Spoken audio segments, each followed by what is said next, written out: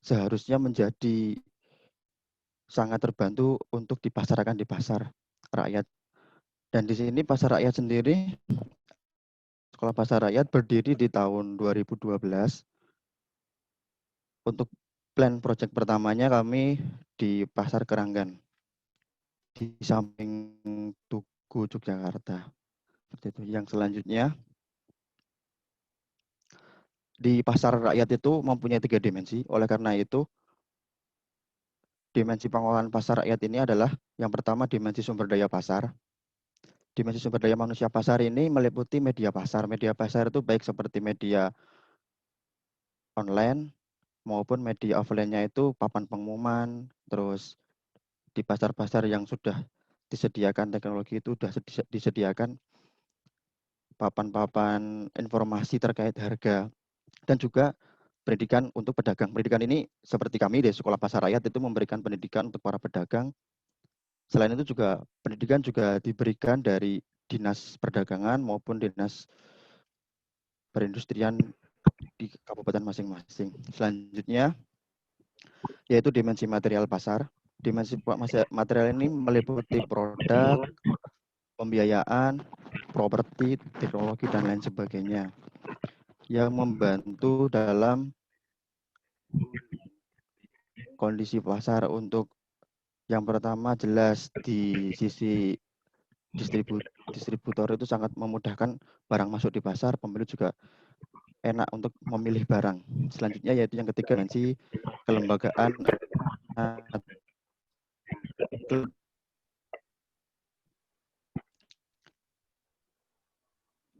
orang-orang atau para pedagang pasar seperti satu musyawarah mufakat. Dalam lembaga itu yang diusulkan adalah musyawarah mufakat, terus adanya jaminan sosial. Jaminan sosial ini uang pun kalau di pasar itu ada istilah atau saling membagi rezekinya ketika saudara.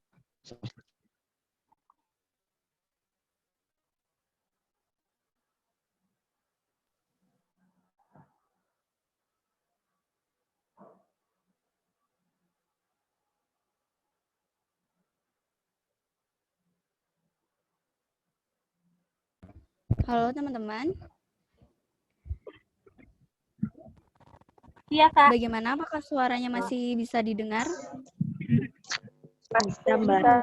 Putus. Masih bisa dilanjut ya teman-teman? Putus, Kak. Putus. Coba Mas Zaki dicek lagi suaranya. Oke, tes. Ya, terdengar. Bagaimana teman-teman? Masih putus-putus, Kak. Bentar ya. Sebentar, saya tes. Sudah terdengar cukup jelas atau belum? Sudah lancar. Oh ya. Silahkan dilanjut Mas Zaki. Ya, screen-nya udah kelihatan? Kawan-kawan? Sudah, Kak. Ya, Kak. Oh ya, baik.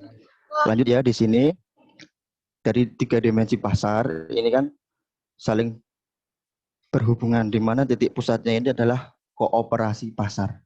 Kooperasi ini nanti meliputi dimensi sumber daya masyarakat pasar, tadi itu sudah media dan pendidikan pasar untuk pendidikan pedagang, terus dimensi material pasar, baik produk maupun properti yang ada di pasar, dan dimensi kelembagaan pasar. Dimensi kelembagaan ini meliputi dimensi kelembagaan paguyuban pedagang pasar maupun paguyuban dari koperasi pedagang pasar. Selanjutnya, yaitu rencana pendek, jangka menengah, dan jangka panjang Sekolah Pasar Rakyat secara ringkas dapat dilihat di gambar di bawah ini. Yang pertama yaitu pendidikan dasar. Pendidikan dasar ini dari Sekolah Pasar Rakyat itu mempunyai modul. Modul tersebut dijadikan pegangan buat volunteer maupun pengajar yang akan disampaikan kepada para pedagang yang ada di pasar. Yang selanjutnya yaitu revitalisasi koperasi. Di sini dari pasar rakyat juga melihat kondisi koperasi yang dapat dibagi menjadi 3 bagian. Yang pertama basic. Pasar basic itu mempunyai pasar yang belum rapi dari segi kelembagaan, itu mungkin belum terbentuk koperasi, maka kami mendorong untuk membangun koperasi. Terus juga keuangan, pencatatan stok barang itu juga belum tersedia, kami mengajarkan. Ini di pasar basic ini kami pendampingan itu selama 6 bulan. Setelah itu intermediate.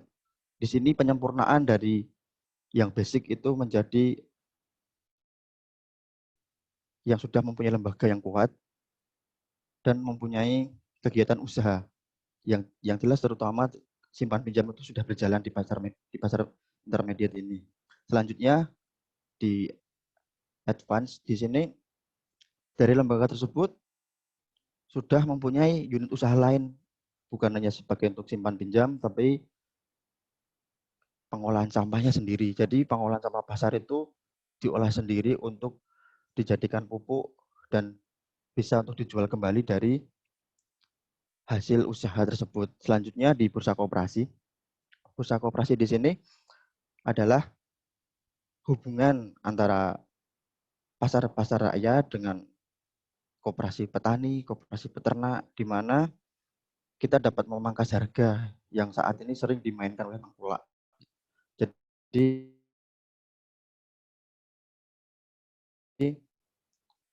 tengkulak itu kan di para petani itu dengan harga murah, lalu dijual kembali ke pasar dengan harga mahal. Sehingga ketika kita bisa memotong mata rantai tengkulak itu, daya beli masyarakat itu akan semakin meningkat dan kesejahteraan bersama akan tumbuh. Dan yang terakhir yaitu jangka panjangnya itu kita membentuk pasar mandiri. Baik, para hadirin dan kawan-kawan peserta webinar, di sini akan kami sampaikan terkait modul sekolah pasar.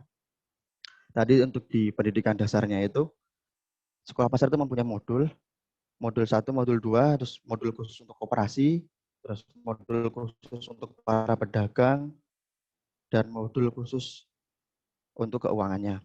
Di sini, modul ini saat ini kami sedang proses dari UGM untuk diberikan hak ciptanya. Sehingga kita mempunyai hak cipta yang sah dan diakui.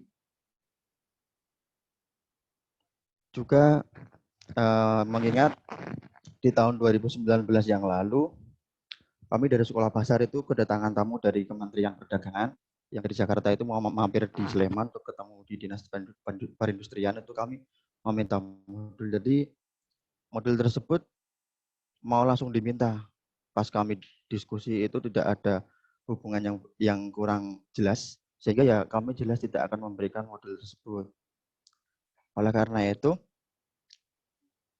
saya pribadi berharap di tahun 2021 mendatang, LPM ini sudah mempunyai modul yang menjadi pegangan para kawan-kawan mahasiswa PMI ketika menjadi fasilitator, baik outbound, fasilitator pelatihan, maupun lain sebagainya. Yang selanjutnya yaitu program utama Sekolah Pasar Rakyat. Yang pertama, paling pojok ini adalah kelas pasar. Kelas pasar ini mirip seperti diskusi pada umumnya, tapi kami menyebut istilahnya itu sebagai kelas pasar. Dari pengajar, ini Pak Awan, pengajar ini memberikan materi untuk mencari permasalahan utama yang akan digali di pasar tersebut. Di dalam kelas tentu juga akan terbentuk ketua kelasnya. Ketua kelas ini berasal dari pedagang pasar, di mana nanti ketua kelas akan bertanggung jawab untuk mengkoordinasi supaya pedagang-pedagang itu waktunya untuk berkumpul setelah berjualan dapat berkumpul semua. Setelah adanya kelas pasar, yaitu di klinik pasar. Klinik pasar ini tadi dari temuan masalah tersebut, kita akan mendatangi satu persatu para pedagang yang kesulitan. Contohnya di masalah keuangan. Kayak gitu. Terus yang selanjutnya yaitu di pendidikan konsumen. Baik, bisa dilihat di sini para ibu-ibu ini berkumpul lah. Kami memberikan pendidikan kepada para konsumen, baik secara langsung seperti di gambar, maupun pendidikan melalui media sosial dari Sekolah Pasar Rakyat. Dan yang terakhir yaitu advokasi kebijakan. Bisa dilihat di sini kami dari tahun 2018 itu kami banding terkait Raperda. Raperda di sini tertulis bahwa akan dihapuskannya jarak pasar modern dengan pasar rakyat 0 km. Oleh karena itu kan sangat merugikan para pedagang, sehingga kami mengajukan banding. Baik, yang pertama melalui proses ke DPRD Kabupaten Sleman, ke Disperindak Kabupaten Sleman, dan ke Bupati. Di tahun 2018 itu sama sekali kurang terlihat hasilnya, maka di tahun 2019 awal Januari ini kami sampai audiensi itu ke gubernur. Di sini juga kami ada naskah akademik yang berasal dari senior kawan-kawan dari Pusat Studi Ekonomi Kerakyatan UGM yang menjadikan dasar kami kenapa raperda tersebut yang menghapuskan jarak itu harus segera dirubah.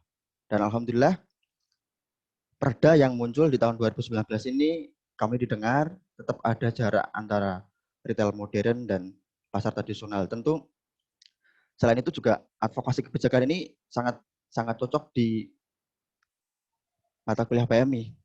Kebetulan pas waktu dulu advokasi ini saya masih mahasiswa, diajar langsung oleh Pak Rusaki, banyak share pengalaman, banyak share info, juga mungkin dan teori-teori yang lain tentang kebijakan sangat membantu saya ketika waktu itu 6 bulan full dari pertengahan bulan di tahun 2018 sampai awal tahun 2019 kami mendampingi full audiensi untuk menggagalkan raperda tersebut.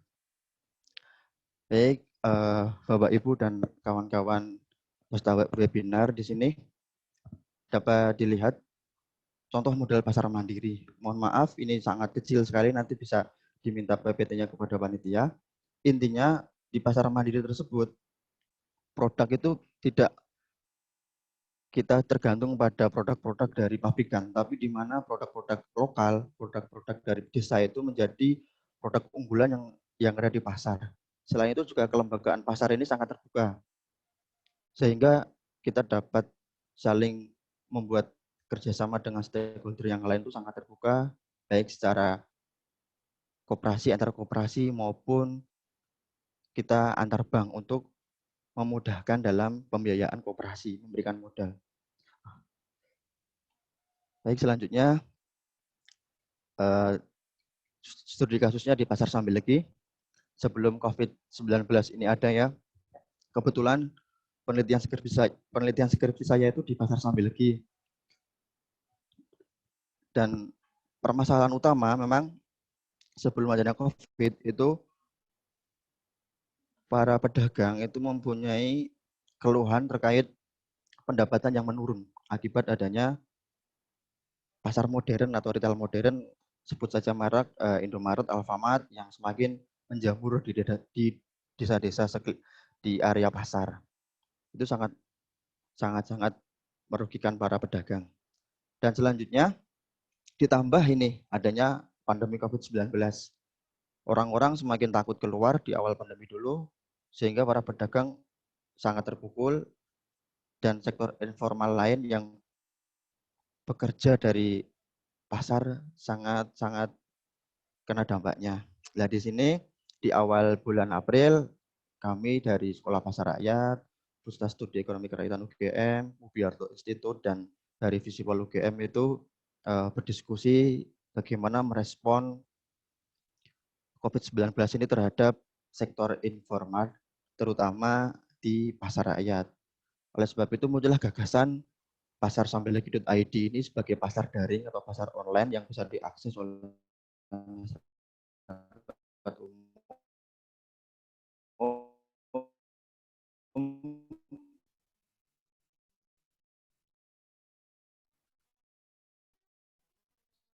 selain mempermudah dalam di pasar, ya sambil lagi ID ini ternyata juga direspon baik oleh pemerintah desa Condong Catur, di mana Pak Lurahnya itu tertarik ingin membuat pasar daring yang sama, yaitu akan diterapkan di pasar desa, pasar Kolombo. Kami dari sekolah pasar juga mendampingi itu, dan besok Sabtu ini akan ada rapat lagi, rapat yang kedua terkait koordinasi pemasaran online. Banyak dari rekan-rekan PMI yang ikut terlibat di sini. Selain saya juga ada Mas Ridwan dan Mas Nabhan untuk bergerak di pasar sambilegi.id maupun yang ada di pasar kolombo.id. Ya baik, selanjutnya para kawan-kawan bisa dilihat. Jadi pasar rakyat itu tidak asing bekerja sama dengan PMI. Tadi di awal disebutkan dulu pernah ada yang mahasiswa praktikum di pasar rakyat. Ini juga tim sekolah pasar rakyat di kuliah dosen tamu prodi PMI di mata kuliah pengantar kebijakan sosial di angkatannya PMI angkatan 2014. Di sini mata kuliahnya Bu Siti Aminah. Ini kami menyampaikan kegiatan kami di pasar rakyat yang dulu masih diketuai oleh Mbak Rindu, dan saat ini gantian saya yang kebetulan mewakili dari pasar rakyat untuk share kegiatan yang ada di pasar. Ya. Selanjutnya, selain kami mendampingi kegiatan-kegiatan di pasar, kami juga mengadakan penelitian dari Pustek UGM, yaitu penelitian tentang kajian penyusunan model penerapan demokrasi ekonomi atau ekonomi kerakyatan dalam mengelola pasar rakyat berbasis budaya lokal. Di sini sampelnya kami mengambil sampel yang pertama di Pasar Imogiri, Bantul, Yogyakarta, dan yang kedua di sampel di pasar yang ada di Sumatera Barat. Di sini saya bersama tim, kami berlima, kurang lebih 1 minggu di Sumatera Barat menggali informasi tentang pasar rakyat di sana.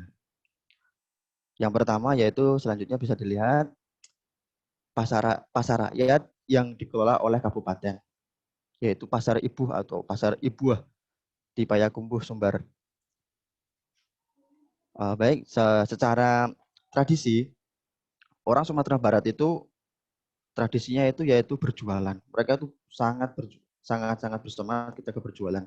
Saat kami FGD di sana, saat kami langsung wawancara juga banyak yang baru lulus SMA itu lebih memilih jualan di pasar daripada bekerja di pabrik kayak gitu. Ini contohnya bisa dilihat ya kawan-kawan, dan akan saya jelaskan supaya lebih detail dan kawan-kawan difabel netra bisa ikut merasakan. Di sini sangat terlihat keramaian yang ada di pasar, yaitu pedagang yang menjual racikan bumbu pasar yang sudah di blender dan lain sebagainya. Ini di pojok sini adalah di bagian luar, dan yang sini adalah atasnya. Sangat terlihat bentuk bangunan yang ada di Sumatera Barat seperti ini. Selain itu juga di pasar Payakumbuh ini hubungan baik antar pedagang itu terwujud dari satu pedagang menjadi distributor kulakan. Nanti pedagang tersebut menjual kepada para pedagang yang lain dengan harga distributor, dan ketika dibeli oleh pelanggan atau konsumen itu menjualnya secara eceran, bukan distributor lagi. Hal itu sangat harmonis terjadi, dan selain itu juga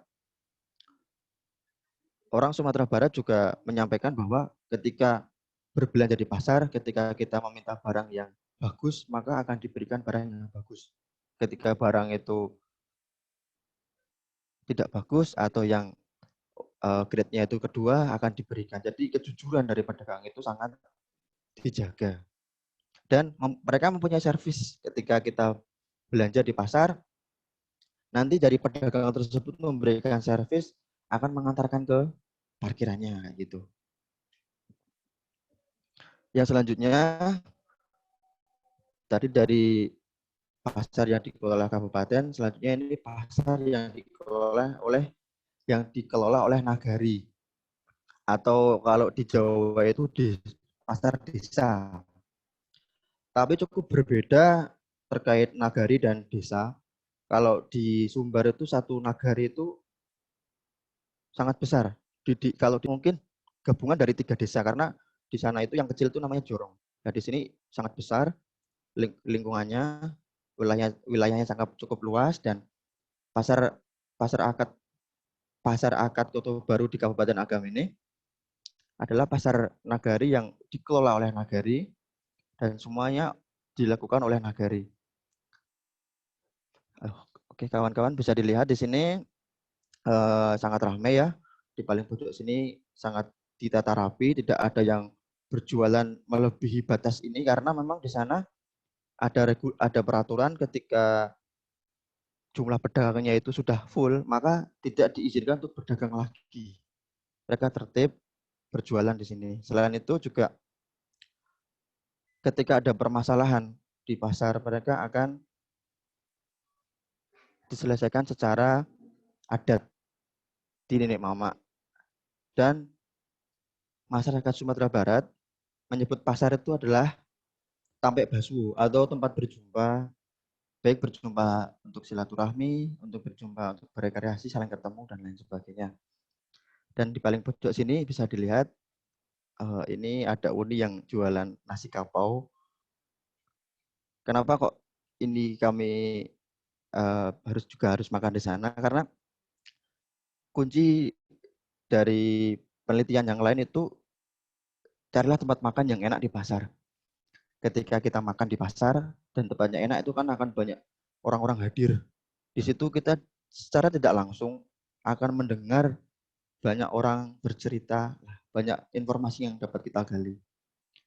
Ini sangat menggiurkan ya kawan-kawan. Di sini masakannya sangat merah dan yang paling pojok sini mohon maaf saya terlihat sangat kucel sekali di sini karena di sini sangat panas waktu itu pas bulan-bulan Agustus sangat panas sekali. Meskipun makanannya enak, mungkin karena saya juga dari Bantul yang Bantul Jogja suka makan gudeg, jadi 2 hari berikutnya saya langsung sakit perut.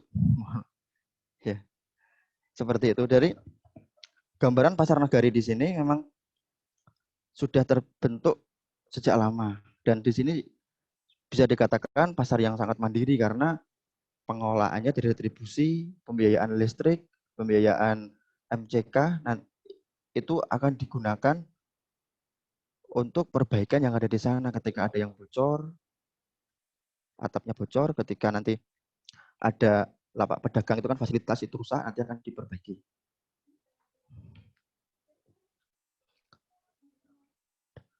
Yang selanjutnya